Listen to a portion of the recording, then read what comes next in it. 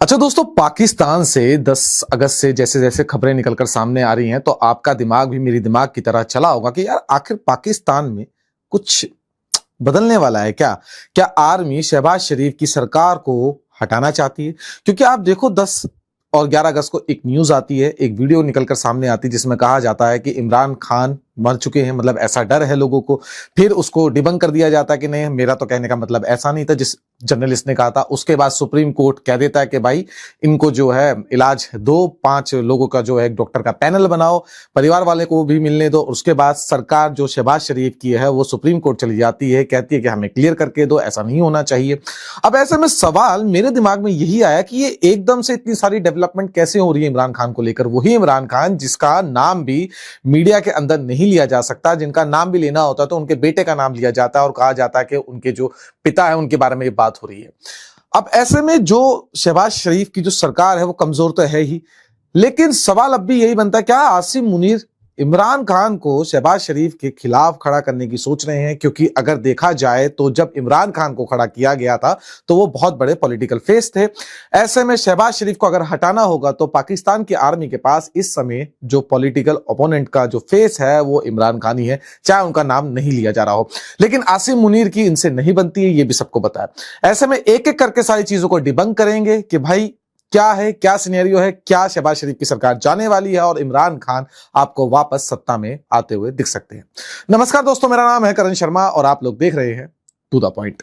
अच्छा दोस्तों, सारी चीजें समझने से पहले आपको पता है कि आप और मैं हर चीज को बेसिक से समझते हैं, इसलिए आगे वीडियो को इन डेप्थ समझने के लिए हमें अपने बेसिक्स थोड़े क्लियर करने पड़ेंगे। इसके लिए हमें सबसे पहले समझना पड़ेगा कि इमरान खान का पाकिस्तान की आर्मी के साथ रिलेशन शुरू से कैसा रहा है। देखिए 1990s की मिड्स के अंदर जब पॉलिटिकल करियर इमरान खान ने अपना शुरू किया था तब थोड़ा रिलेशन इनके साथ अच्छा नहीं था पाकिस्तान की आर्मी के साथ, क्योंकि उस समय अपने फॉलोअर्स को कहते थे कि अगर पाकिस्तान के 4 बड़े शहरों में 20,000 लोग भी आ जाए, मतलब एक शहर के अंदर 20,000 लोग आ जाए तो पाकिस्तान के जो जनरल्स है ना, पाकिस्तान की आर्मी के जो जनरल्स है वो कंफ्यूज हो जाएंगे, वो समझ नहीं पाएंगे कि हम क्या करें। ऐसा करके हम पाकिस्तान की आर्मी की जो पावर है उसको चैलेंज कर सकते हैं। अब उस समय तो कुछ नहीं हुआ, लेकिन जब इनको सत्ता में आना था तो पाकिस्तान की आर्मी की मदद से ये सत्ता में आए, क्योंकि इनके जो पॉलिटिकल ओपोनेंट्स थे, किसी को जेल में डाल दिया गया, किसी को चुप करा दिया गया, ऐसे करके ये सत्ता में आए। अब ये सत्ता में तो आए, लेकिन वो जो जोश था जो मिड 90s के अंदर इनका शुरू हुआ था पाकिस्तान की आर्मी को चैलेंज करना, वो इनका जो है जोश आगे भी बरकरार रहा। आपको फैज हमीद याद होंगे जो आईएसआई के चीफ थे, उस समय ये अड़ गए। इन्होंने कहा कि नहीं भाई, मैं तो चाहता हूं चीफ आगे बने रहें, लेकिन बाजवा ने कहा कि मैं आगे नहीं इनको जो है बनने दूंगा। उसी को लेकर जो है इनकी फिर तनातनी चली, और वो जो तनातनी चली आगे जाके 2023 में फिर इनको जेल कर दी गई, फिर 2024 के अंदर फैज हमीद को भी जेल कर दी गई। और आपको याद होगा जब इनको जेल में डाला गया था तो इनके सपोर्टर्स जो है पाकिस्तान की आर्मी के जो जनरल्स हैं उनके घरों तक पहुंच गए, वहां पे तोड़फोड़ शुरू कर दी। और ऐसे में ये पहले मतलब आप कह सकते हो कि पहले पाकिस्तान के अंदर इंसान बने जिसने पाकिस्तान की आर्मी को खुला चैलेंज दिया, और पाकिस्तान की आर्मी उस चीज को समझ चुकी थी कि भाई ये तो पहला ऐसा आदमी है जो वाकई में खड़ा हो गया। और उस समय इमरान खान से गलती ये हो गई, उन्होंने ये सोच लिया कि अब तो मेरा कोई कुछ नहीं कर सकता, मैं पाकिस्तान की जो आर्मी है इससे भी बड़ा आदमी बन चुका हूं। और यही सबसे बड़ी गलती थी। पाकिस्तान की आर्मी ने फिर एक एक करके जो भी पीटीआई के सपोर्टर्स थे, जो पीटीआई के नेता थे, एक एक करके सबको पकड़ा, एक एक करके सबको चुप कराया गया, उन्हें टॉर्चर किया गया, उन्हें जेलों में डाला गया। जो सपोर्ट में खड़े हुए थे इमरान खान के, उनको समझा दिया गया भाई या तो जेल में सड़ते रहो या आराम से आओ, चुप बैठ जाओ। और यही हुआ। पहले मतलब मीटिंग भी एक इनकी होती थी, जेल से इनकी जो है बातें भी सामने आती थी, एक हफ्ते के अंदर इनको मिलने भी दिया जाता था, अब वो भी बंद हो गया है। तो जो लेवरेज इमरान खान के पास पहले था अब वो नहीं है। अब उस बात पर आते हैं, पहले मतलब आपको मैंने अभी ये बेसिक समझा दी कि पाकिस्तान की आर्मी के साथ इनके रिलेशन कैसे रहे। अब उस चीज के ऊपर आते हैं कि भाई ये सारी चीजें अब निकल कर कैसे आ रही है। देखो यार 10 अगस्त को पहले एक वीडियो निकल कर सामने आती है, एक जर्नलिस्ट है जो अमेरिका में रहते हैं, उन्होंने कहा कि यार लोगों के मन में ना ये डर है कि पाकिस्तान के अंदर इमरान खान की मौत हो चुकी है। फिर पाकिस्तान का जो आर्मी का मीडिया विंग है, पहली बात तो मेरे को समझ नहीं आता कि पाकिस्तान की आर्मी के मीडिया विंग को क्या जरूरत पड़ी थी कहने की। चलो खैर कोई बात नहीं, पाकिस्तान यहाँ तो कुछ भी होता है। तो उन्होंने आके कहा कि नहीं भाई ऐसा कुछ नहीं है। और उसके बाद फिर ये जो जर्नलिस्ट है इन्होंने आके अगले दिन आकर कहा कि हाँ हाँ भाई, मैं तो सिर्फ जो मतलब मैं तो ये वाली बात कह रहा था कि लोगों के अंदर डर है, मुझे नहीं पता कि मतलब हकीकत में ऐसा हुआ या नहीं हुआ। अच्छा, ये पहली बार नहीं है, क्योंकि नवंबर 2025 के अंदर भी ये रूमर्स फैलाए गए थे कि इमरान खान की जो है जेल में मौत हो गई है। तब उनकी बहन की उनसे मुलाकात हुई थी और उन्होंने कहा था कि नहीं वो ठीक है। अब ऐसे में सवाल यह बनता है कि आखिर ये रूमर्स क्यों फैलाए जाते हैं। देखो दोस्तों, पाकिस्तान के अंदर इमरान खान जो है ना अब इररेलेवेंट हो चुके हैं, उनके बारे में कोई बात नहीं होती। अगर उनके बारे में कोई बात करना भी चाहता है तो लोगों को चुप करा दिया जाता है। ऐसे में जो उनको जो रेलिवेंट अगर बने रहना है तो ये रूमर्स जो है फैलाई जाती है। अब उस सवाल के ऊपर आते हैं जो सवाल आपके और मेरे मन में है कि आखिर शहबाज शरीफ को डर किस बात का, क्योंकि सुप्रीम कोर्ट ने 18 अगस्त को एक ऑर्डर पास कर दिया कि हॉस्पिटल के अंदर इनका जो है चेकअप करवाओ, 5 डॉक्टर का एक पैनल बनाओ और इनके जो करीबी हैं उनके साथ भी इनको मिलने दो, ताकि आराम से थोड़ा जो है इलाज जो है इनका चेकअप वेकअप आराम से हो सके। और उसके अगले दिन ही शहबाज शरीफ की जो सरकार है वो सुप्रीम कोर्ट के अंदर ही कहती है, भाई साहब पहले क्लियर करके दो कि ये पब्लिक हॉस्पिटल में जाएंगे या प्राइवेट हॉस्पिटल में जाएंगे। और यार ऐसे अगर चला ना तो फिर तो कोई भी आ जाएगा, कोई भी जो जेल के अंदर बंद है वो ये कहेगा कि हाँ भाई इस बेसिस के अंदर मेरे को जो है चेकअप कराने दो, यार ऐसे मत करो। तो मतलब आप कुल मिलाकर समझ सकते हैं कि टेंशन जो है शहबाज शरीफ को तो होने लग गई है।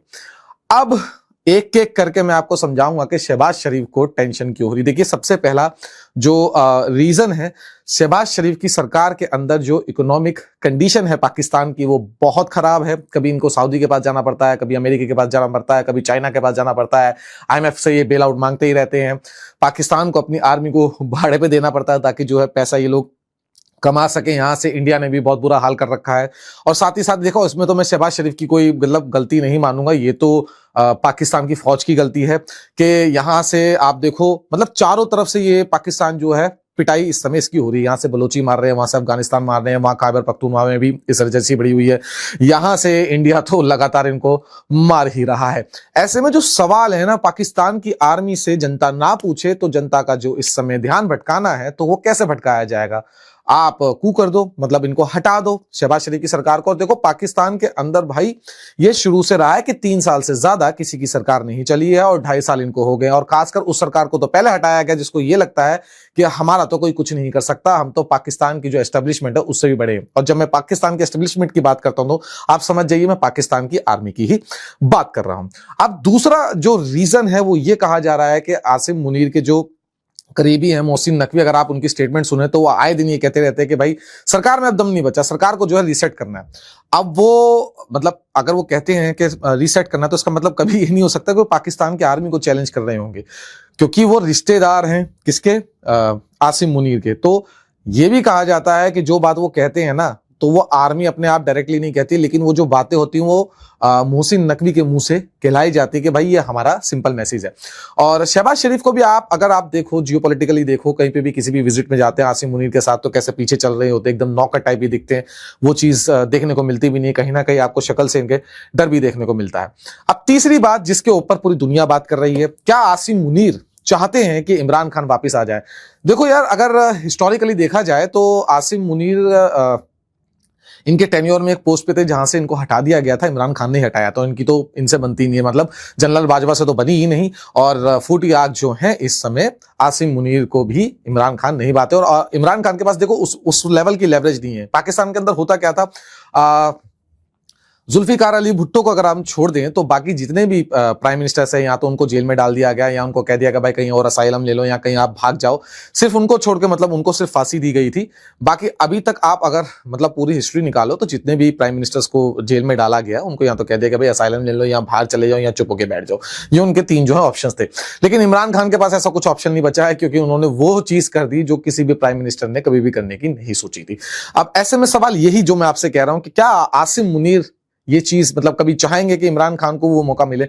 लेकिन दोस्तों ये पाकिस्तान है, या कुछ नहीं पता, या कुछ भी हो सकता है, क्योंकि पॉलिटिकल लेवरेज इस समय मुझे लगता है कि आसिम मुनीर भी लेना चाहेंगे। और क्यों?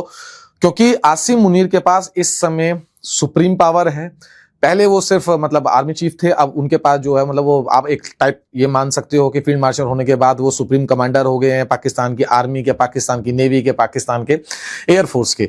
और आपको अगर ये लगता हो कि पाकिस्तान के सुप्रीम कोर्ट ने अगर ये डिसीजन लिया है कि इमरान खान को थोड़े दिनों के लिए भैया इलाज कराने दो, तो वो आसिम मुनीर की बिना अप्रूवल के लिया होगा, तो शायद आप गलत सोच रहे हैं, क्योंकि पत्ता भी आसिम मुनीर की मर्जी के बिना पाकिस्तान में नहीं हिल सकता है, क्योंकि हर किसी को, सुप्रीम कोर्ट में जितने भी लोग हैं ना, अपनी नौकरी का भाई हर किसी को खतरा है, तो अपनी नौकरी तो हर किसी को बरकरार रखनी है। और जो लास्ट बात है वो ये है कि पीटीआई ने, जो मतलब इमरान खान की पार्टी है, उसने ये कह दिया था कि भाई अगर आप लोग नहीं सुनोगे तो 27 सितंबर को, मतलब आने वाले 27 सितंबर को 2 मिलियन के करीब पाकिस्तानी, या 2 मिलियन के करीब लोग, यानी कि 20 लाख के करीब लोग जो है सड़कों पर उतर जाएंगे उनके सपोर्ट में। अब ऐसे में अगर आप सोचो कि पाकिस्तान की आर्मी को इस चीज को लेकर आप सोचो कि वो डर जाएंगे, तो ये डरने वाला तो मुझे लगता नहीं कुछ भी माहौल होगा अगर ऐसा होता, क्योंकि पीटीआई के जब सपोर्टर्स ने अटैक कर दिया था उस समय पाकिस्तान की आर्मी नहीं डरी, लंबा क्रैकडाउन किया था, आराम से जो है पीटीआई के मेंबर्स की, मतलब आप समझते हैं ना कि उनको चुप करा दिया गया था। लेकिन साथ ही साथ एक खबर यह भी है कि यूएस के जो लॉ मेकर्स हैं, उन्होंने मार्क रिव्यू से यह कहा था कि जब आप इस्लामाबाद जाएं या इस्लामाबाद से आप बात करें और ये वाला मुद्दा इमरान खान का उठाएं, तो हो सकता है ये थोड़ा प्रेशर अमेरिका की तरफ से हो। लेकिन अमेरिका वाला एंगल भी इसलिए मैं नहीं मानता क्योंकि आप देखें तो इमरान खान का जो ये टेन्योर खत्म हुआ था, जब इनको आउस्ट किया गया था, जब इनको निकाला गया था सत्ता से बाहर, ये वही समय था जब इन्होंने खुद कहा था कि अमेरिका कभी ये नहीं चाहेगा कि, मतलब वो डायरेक्ट कंट्रोल चाहता है पाकिस्तान पे और मैं उसको करने नहीं दूंगा, और उसी समय के आसपास जो है इमरान खान को निकाल दिया गया था। अब ऐसे में ये सवाल मैं आपके ऊपर ही छोड़ता हूं, आप भी अपना एनालिसिस कीजिए और मुझे कमेंट सेक्शन में बताइए, क्या पाकिस्तान की आर्मी इमरान खान को दोबारा सत्ता में वापस लाना चाहती है और शहबाज शरीफ को उखाड़ के फेंक देना चाहती है, या सिर्फ ये एक रूमर्स हैं? क्योंकि मतलब थोड़ी बहुत एक टेंशन वेंशन वाली बात चल रही है, तो पाकिस्तान थोड़ा चाहता है कि थोड़ा रेलिवेंस इमरान खान को भी हम दिखा दें, इंटरनेशनल मीडिया के अंदर उनकी भी बात चले, ये ना लगे कि भाई जो लॉ एंड ऑर्डर है वो हमारे यहाँ खराब है, सुप्रीम कोर्ट की भी एक अपनी पावर है और सरकार की अपनी अलग पावर है। मतलब आप समझ रहे हैं कि हम तो एक डेमोक्रेटिक देश है। मुझे कमेंट सेक्शन में जरूर बताइएगा। अगर आपको ये वीडियो पसंद आए तो लाइक करें, शेयर करें, कमेंट करें, सब्सक्राइब करें चैनल को और देखते रहें CF TV। तब तक के लिए जय हिंद।